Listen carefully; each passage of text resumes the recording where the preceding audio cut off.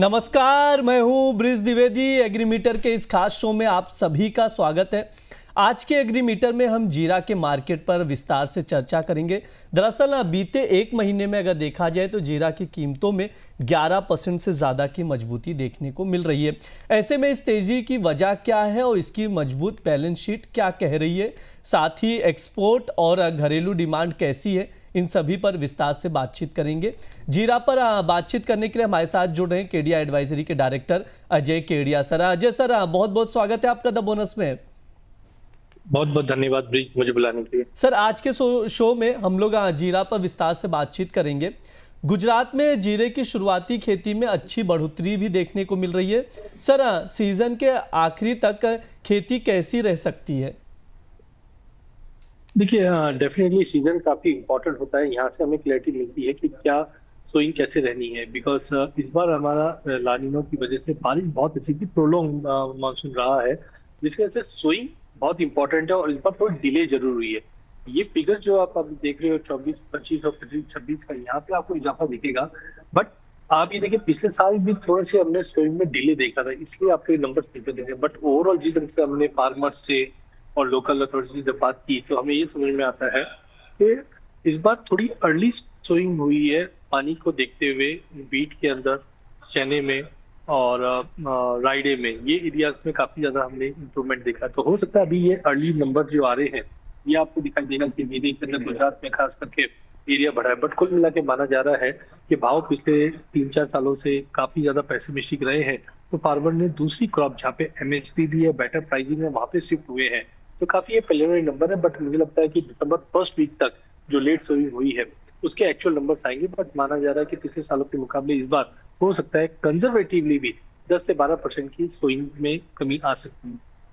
ये हो गई सर स्वयं की बात। अब उत्पादन पर भी बातचीत कर लेते हैं। सरकार के आंकड़ों के मुताबिक अगर देखा जाए तो अभी जिस जीरा की फसल जो है मंडियों में आ रही है उसका उत्पादन कम रहा है। आपका पिछली फसल के उत्पादन को लेकर क्या आकलन है? साथ ही सर, अभी जो बुआई चल रही है उसके उत्पादन को लेकर क्या अनुमान बन रहा है, या फिर अभी उत्पादन के आंकड़ों पर चर्चा करना थोड़ी जल्दीबाजी होगी? देखिए, दोनों बात ही है। पहला हम पिछले साल की अगर घटना करें तो पिछले साल हमने देखा कि पहले उत्पादन 1 करोड़ बोरी के आसपास का माना जा रहा था। बट रिजल्ट हमने देखा 92 से 95 लाख बोरी के आसपास का इस बार हमने प्रोडक्शन आते हुए देखा, जिसके चलते ही हमने देखा था प्राइजेस में एक ठहराव था, गिरावट भी थी। क्योंकि हमारी जो डोमेस्टिक और एक्सपोर्ट कंजम्पशन है लगभग 75 से 80 लाख बोरी के आसपास का होता है। तो प्राइजेस में स्टेबिलिटी बढ़ी। बट ये देखिए, कभी भी उत्पादन है वो डिपेंड करता है कि मौसम कैसा है या सोइल का कंडीशन। इस बार सबका जो कंसर्न है वो है कि मॉइस्चर ज्यादा होने की वजह से पर ठंड ज्यादा पड़ेगी। इनफैक्ट अगर हम खास करके जनवरी फरवरी का वेदर देखेंगे तो पिछले साल भी थोड़ा ठंडक था, और ज्यादा करके ठंडक में जीरे के अंदर रूट्स में फ्रॉस्ट का इशू आता है या ब्लिंक का इशू आता है, जहाँ पे जीरे की यील्ड में ड्रॉप आ जाता है या काला पड़ जाना। तो ये जो क्लियरिटी आएगी वो आपको जनवरी एंड में ही पता चलेगी कितना इम्पैक्ट। बट जनरल ट्रेंड देखा जाता है, जब भी सीजनल विंटर्स होते हैं कहीं ना कहीं क्रॉप पे कंसर्न्स होते हैं। तो इस बार भी हम लग रहा है कि एक ये सोइंग का एरिया इस बार थोड़ा कम हो सकता है, क्योंकि फार्मर एमएसपी और अदर क्रॉप जहाँ पे लुक्रेटिव रिटर्न है वहां पे जा सकते हैं। सेकेंडली, अगर यील्ड में ड्रॉप आता है तो कहीं ना कहीं प्राइजेस, कहीं ना कहीं प्रोडक्शन जो पिछली बार हम 92-95 लाख बोरी की बात कर रहे हैं उससे घटकर 80-85 तक आ जाए। हालांकि अभी भी कैरियर स्टॉक बहुत ज्यादा है, बट एक सेंटिमेंटल सपोर्ट हम प्राइजेस में इसकी वजह से आते हुए देख पाएंगे। सर, ये भी बताइए कि सीरिया और तुर्की में जीरा उत्पादन को लेकर क्या स्थिति है? देखिए, ये एक मिथ बना हुआ है। देखिए, डेफिनेटली सीरिया तुर्की में भी प्रोडक्शन होते हैं, बट उनका जो क्वांटम है वो इंडिया से कंपैरिजन नहीं है। आज वर्ल्ड में सबसे ज्यादा प्रोडक्शन जो है वो इंडिया में ही होता है। आप मान के चलिए 75 से 80% हम लोग ही प्रोड्यूस करते हैं। इसके बाद सीरिया, तुर्की, अफगानिस्तान, थोड़ा बहुत चाइना भी होता है। बट एक हवा जरूर बनी हुई है कि सीरिया तुर्की में वहाँ पे अनरेस्ट चल रहा है, जिसकी वजह से पहले हमने सपोर्ट देखा। बट उनका जो क्वांटम साइज है बहुत कम है as compare to India. But हाँ, ये जरूर है कि सीरिया, तुर्की, अफगानिस्तान के जो जीरा होते हैं वो जनरली ऑर्गेनिक कैटेगरी में माने जाते हैं, क्योंकि वहाँ पे पेस्टिसाइड का इतना ज्यादा चलन नहीं है और उनकी जो खपत होती है वो यूरोपियन मार्केट में होती है। बट आई थिंक ये जो क्वांटिटी हमने पिछले सालों में देखा उसमें काफी ड्रॉप आते हुए देखा है। बट उसका मटेरियल इतना बड़ा नहीं। आज सबसे बड़ा प्लेयर जो जीरे में है वो इंडिया ही है। Secondly China. चाइना में पिछले कुछ सालों में हमने देखा एरिया अंडर कल्टीवेशन में इम्प्रूव हुआ, लेकिन डेटा चाइना से आना बहुत डिफिकल्ट हो जाता है कि कभी कभी माना जाता है 1 लाख के आसपास के क्रॉप रहेंगे, अभी 50-60 बताया जा रहा है। लेकिन आई थिंक सीरिया, तुर्की और अफगानिस्तान के जो साइजेस है वो कंपैरेटिवली इंडिया से बहुत ही माइन्यूट है, उसका कोई मेजर ज्यादा इम्पैक्ट पड़ेगा। सर अब थोड़ा सा एक्सपोर्ट की ओर बढ़ते हैं, एक्सपोर्ट के आंकड़ों पर भी नज़र डाल लेते हैं। अप्रैल से अगस्त के दौरान जीरा के एक्सपोर्ट में करीब 11% की गिरावट दर्ज की गई है। सर आगे चलकर एक्सपोर्ट कैसा रह सकता है? देखिए ब्रिज, आपने जो नंबर्स देखे हैं डेफिनेटली अप्रैल टू अगस्त आपको खराब दिखेंगे, लेकिन खाली अगस्त का ही आप डेटा देखोगे तो उसमें इजाफा होना स्टार्ट हुआ। उसका सबसे बड़ा कारण ये है कि हमने पिछले 6 महीने में जो मार्केट का सेंटीमेंट है वो काफी खराब होते हुए देखा। हमने देखा मिडिल ईस्ट के अंदर कंसर्न बने हुए थे, साथ में हम देख रहे हैं कि चाइना इंडिया की पॉलिसीज अलग थी, यूएस चाइना की पॉलिसी अलग थी। यूएस ने हम पे सैंक्शंस लगा दिए थे, उसकी वजह से एग्री एक्सपोर्ट्स के ऊपर थोड़ा दबाव था, बट अब कहीं ना कहीं चीजें सॉर्ट आउट हो रही। इसके लिए अगर आप अगस्त के फिगर्स देखोगे तो आपको वाई ओ वाई इंप्रूवमेंट दिखाई देगा। हालांकि एज ऑफ नाउ मुझे लगता है कि जैसे जैसे ग्लोबल मार्केट में अनसर्टेनिटी कम होगी, एक्सपोर्ट के नंबर सितंबर, अक्टूबर, नवंबर, दिसंबर, जनवरी ये पीरियड्स के अंदर इंप्रूव हो गए। 1 रुपए की भी जो गिरावट है वो हमारी प्राइजेस को और ज्यादा कॉम्पिटिटिव बना रहे हैं। खास करके यूएस पे नजर रखिए कि अभी रिसेंटली आस्था के जो अपडेट्स आए उसमें यूएस मान गया है कि एग्री प्रोडक्ट के ऊपर टैरिफ कम रहना चाहिए। अगर ये आता है तो एक डेफिनेटली एग्री प्रोडक्ट के एक्सपोर्ट यूएस की तरफ जो बीच में डर का माहौल था वो निकलता हुआ दिखाई देगा, उसका बेनिफिट मिलेगा। सर थोड़ा सा डोमेस्टिक डिमांड को भी समझ लेते हैं।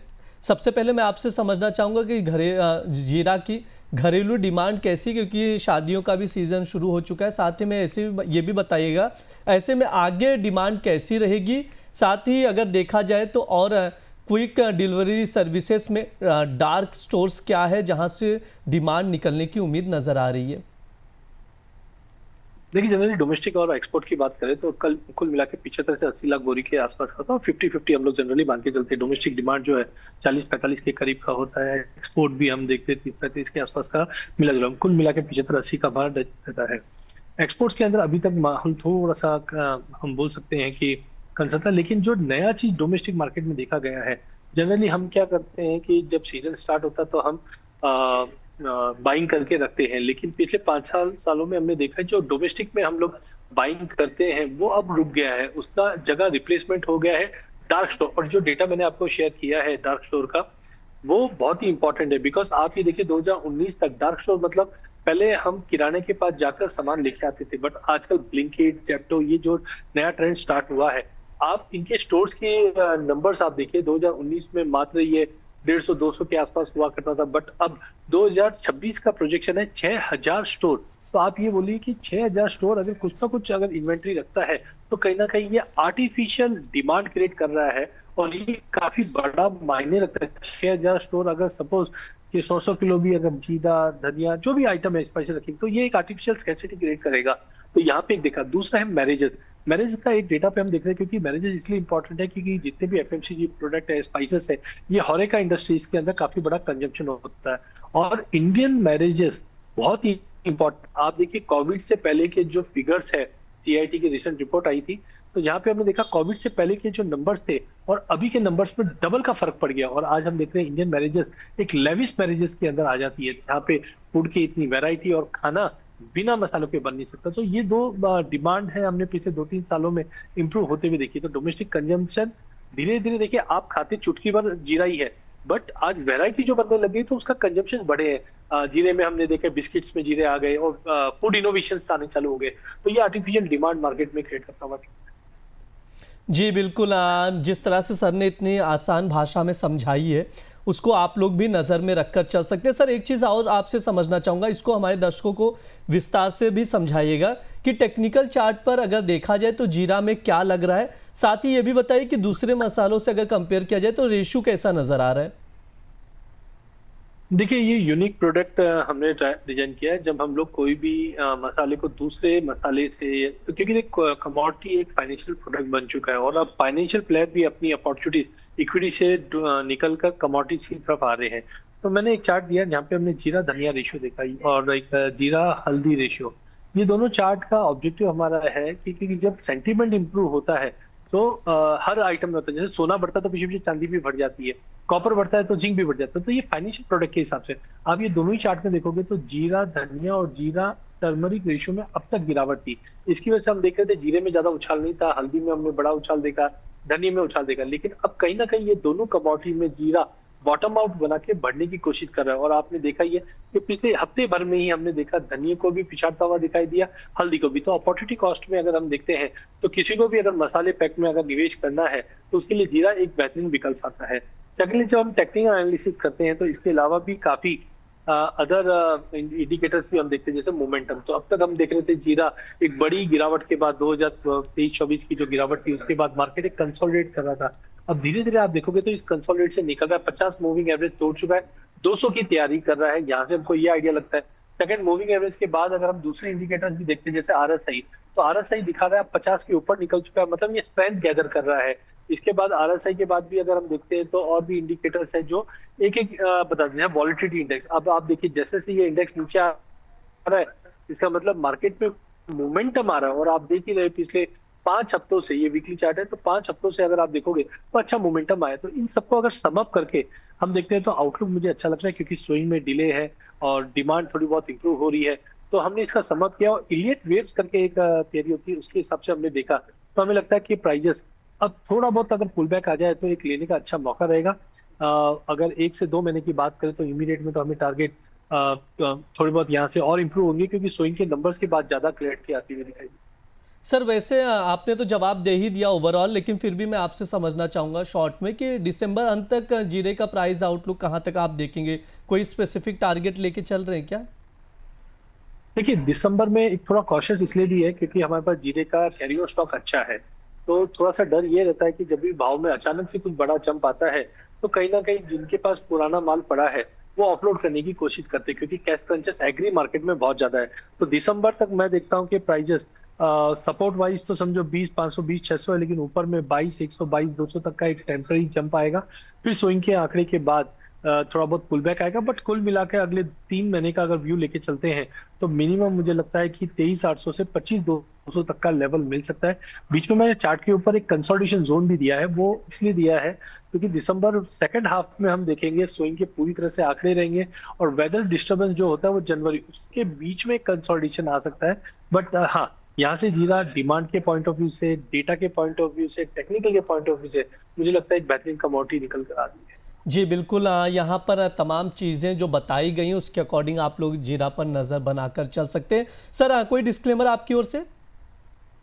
बिल्कुल भाई, सबसे पहले तो मैं बोनस को धन्यवाद देना चाहूंगा, क्योंकि हमने एक पहले काफी डिस्कशन किया था कि एक बैलेंस शीट शो होना चाहिए, क्योंकि कोई भी कमोडिटी की जब पूरी बैलेंस शीट हमने आज प्राइस मूवमेंट देखा, फंडामेंटल देखा, बैलेंस शीट समझी, सीजनैलिटी समझी और टेक्निकल समझा, तो एक ऑब्जेक्टिव यही था कि कोई भी ट्रेड ले तो पूरी आपको 360 समझना चाहिए।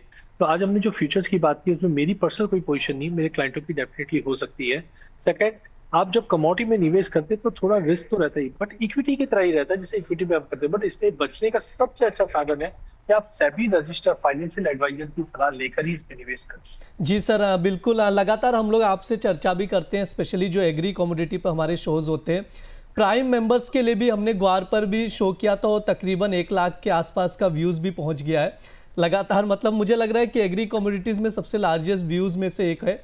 तो दर्शक भी पसंद कर रहे हैं काफ़ी ज़्यादा, जो आप रिसर्च करते हैं, जो चीज़ें प्रोवाइड करते हैं, शायद ही कहीं और दूसरी जगह पर मिलता है।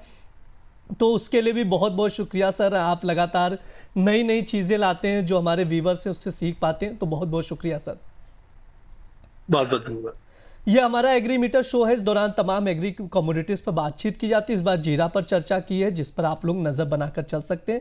फिलहाल के लिए शो में इतना ही। आप लोग बने रहिए द बोनस के साथ। धन्यवाद।